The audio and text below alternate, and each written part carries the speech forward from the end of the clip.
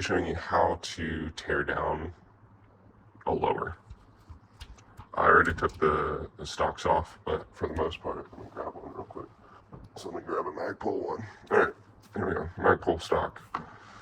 This will be going on one of these when we rebuild it today. There's a reason we're doing this.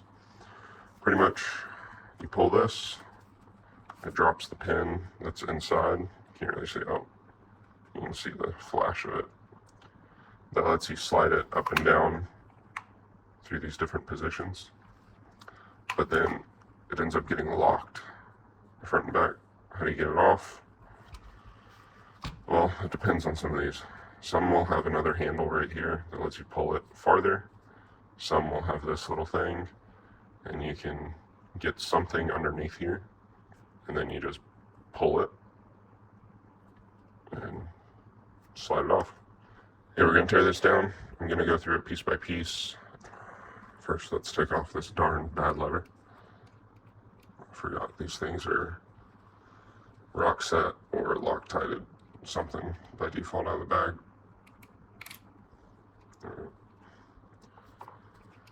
Alright, step one done. Pull. Alright, so we're just going to screw this back in. We're going to set this aside, because it'll end up getting used on something else probably.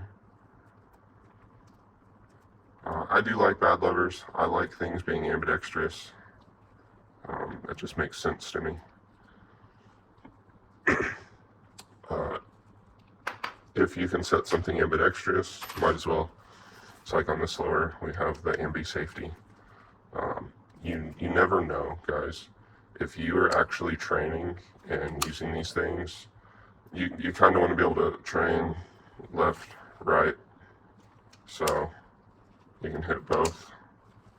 You know, there's a good reason for it.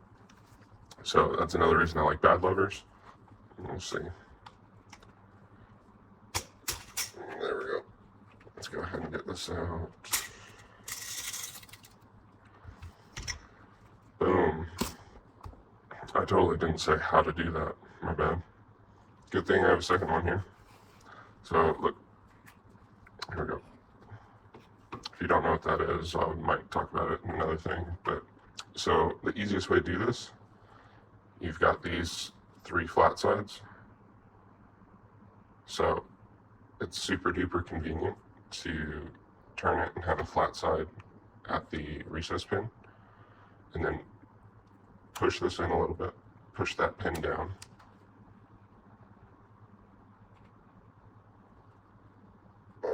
This one's a little stiff. Let's see. Let's grab a punch real quick. Get this nylon punch. And push that in a little. There you go. And then just do it kind of slow. There you go. And then it'll come right out. But next thing we're going to do, just get some length off of this thing. We're going to take off the buffer tube.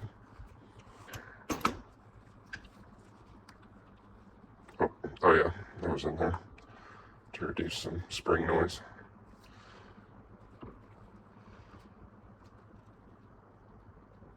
There we go.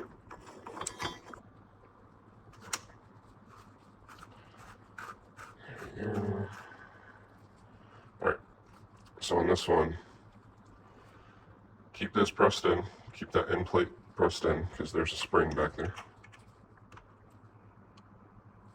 Roll that back. So what we want to do is keep this thing compressed, get to a good grip. So I'm right-handed, so I get this held in my left hand, like that. Alright, and then I'll switch. And then I'll actually put my index finger in that QD hole and put my thumb on the side. So if you've watched my buffer tube install kit, it's really similar. I didn't use a QD plate on that one. So we just do this.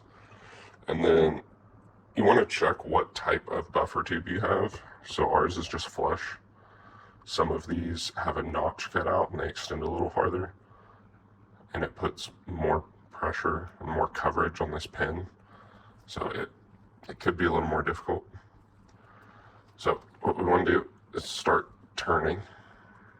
Don't turn that. I'm going to start turning this buffer tube to release it.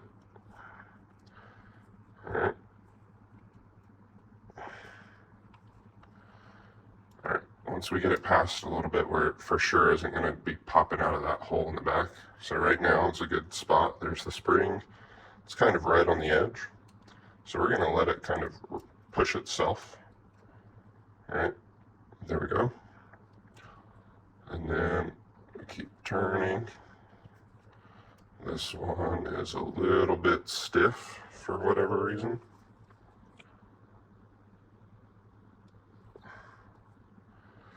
And there we go. Alright, so I only try to tighten it a little more when I have a QD plate. You can go ahead and start loosening it. The problem is you don't want to have too much to deal with. You don't want this to pop out. There's a spring under here, so it'll launch if you don't hold it. So I do try and tighten it a tiny bit more, which you should be able to do by hand with this to release it. Pull that out. Just to talk through it again. So then, now, when we loosen it, we want to press down on this retention pin right here, because it's going to launch once it loosens enough. So, there you go, press it down, turn it, and then once you break past that, you can slowly release this and pull out that buffer retention pin with the spring. There you go. Alright, and then we can fully rotate this and get this thing out. Now we've got our buffer tube down. Now, there's still one more thing about this. There's a pin, a little detent in here. You don't want to lose that. So, hand over the back, tilt it back. There you go. You might have to give it some convincing. There's your little detent. Alright, so now this is released, and there we go. If you don't know, there are two different names for pins. I'm not super big on names, but it's really helpful if people are talking about it. The back one is called a takedown pin. The front one is called a pivot pin. Why? Because this lets you take it down, and this is the one that the lower will actually pivot on. Pretty straightforward. So, let's take this guy off. Let's see. Is that a hex or a star? There we go. Alright, so if you have an ambi, some of these are made a little bit different. So this one, gosh, who makes this one? I think this is Magpul.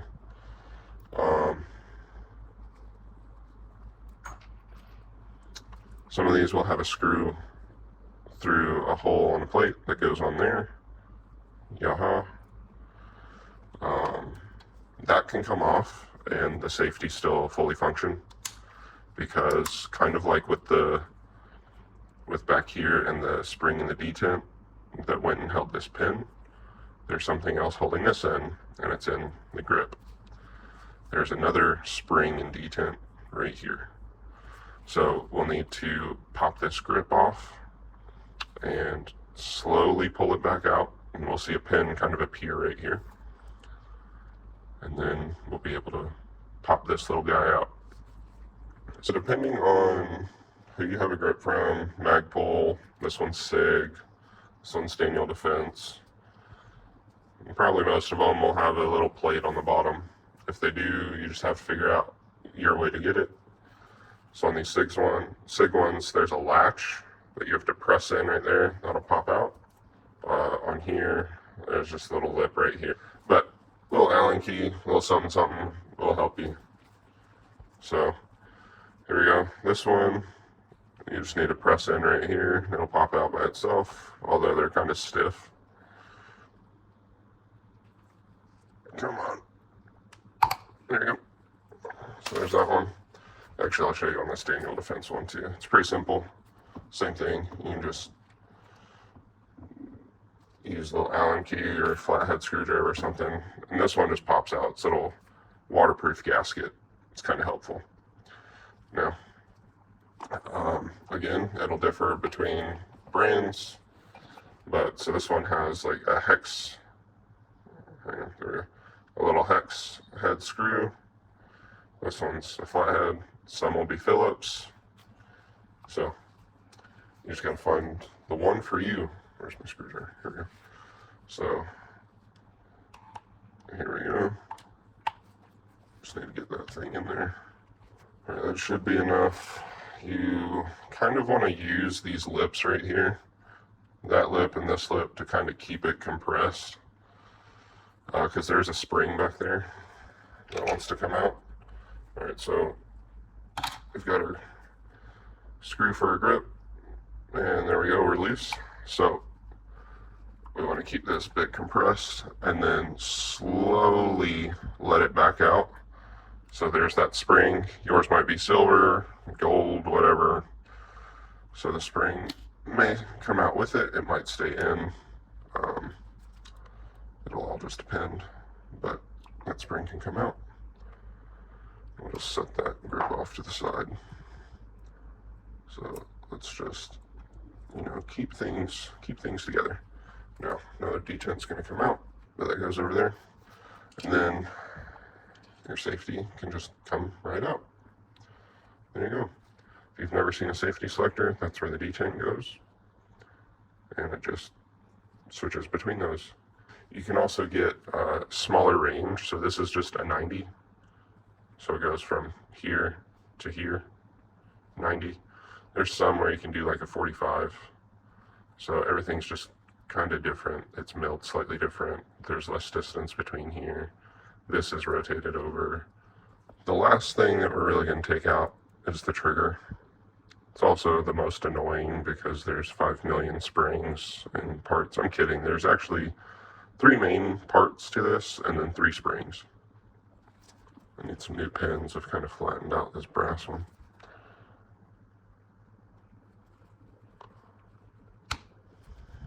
All right, so fingers on the hammer while it's pulled back. And then just push back. There you go.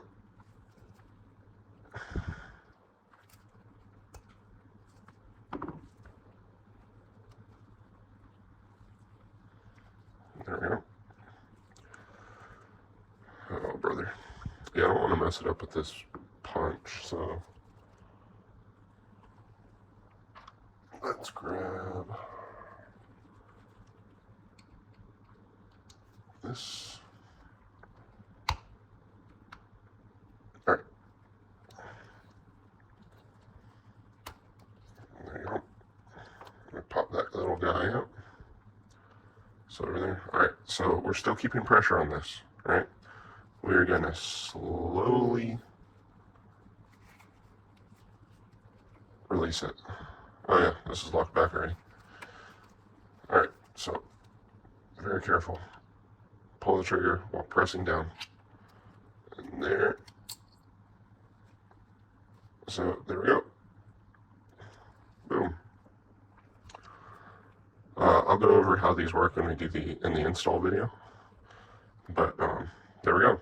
So now this is a bit more tricky because we will have to press down on this because this is separate, 2 separate pieces. There's a spring right behind here, and I'll show you when it comes out. But they're both being held in through the same retention pin. So press down real good. Use that punch. This one should be significantly easier.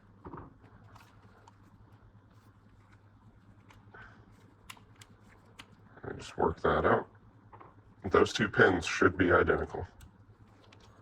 All right, and there we go. So you can push up on the trigger to help, and there we go. So this piece comes out.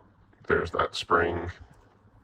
So yeah, I'm not going to take this out because even the threaded ones are a little pain in the butt to get out. But that's your retention right there. It's either going to be a roll pin, or in this case, you don't actually see the other end. It's threaded, so it's a tiny little Allen key. You just get that out. I also hate it because it's so close, so you have to keep twisting it tiny, tiny bits at a time. It's kind of annoying. I already mentioned that one, but it's super helpful if you just have some sort of large punch. So here's a nylon punch.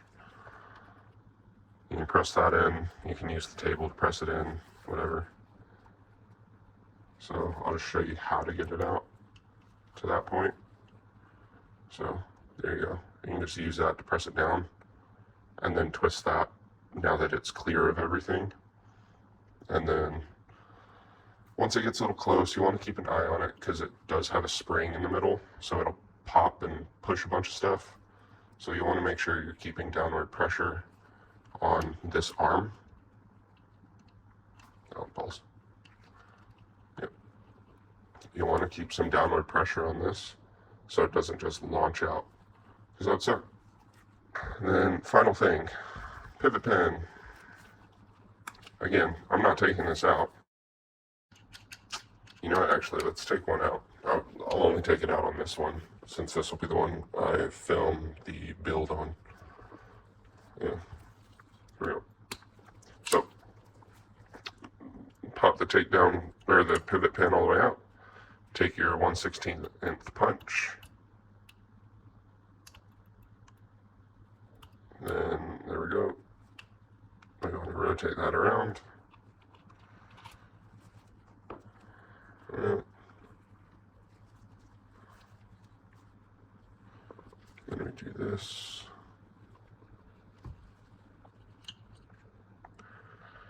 Let's put that in there. It doesn't have to be a razor blade if you're worried about cutting yourself, but there you go. And then you slowly release that. Your D10 will come out. And then you can get your spring. There you go. Boom. Yeah. I will say it's significantly easier to get it out than it is to put a new one in. So that's all we're going to take it down to today. This is just a screw. You just need pressure. This one, pain in the butt. Once you get one in, just leave it there. That's my suggestion. Unless you really want a bad lever and your paddle doesn't exactly fit, then that's some reason you might want to take this out, which luckily, if it's the threaded ones, it's significantly easier to get out. Just go slow if you care about marring, so you don't mar your lower. So, cool. There we go. I'm going to do this other one, and then I'll end up coming back and we'll do a build.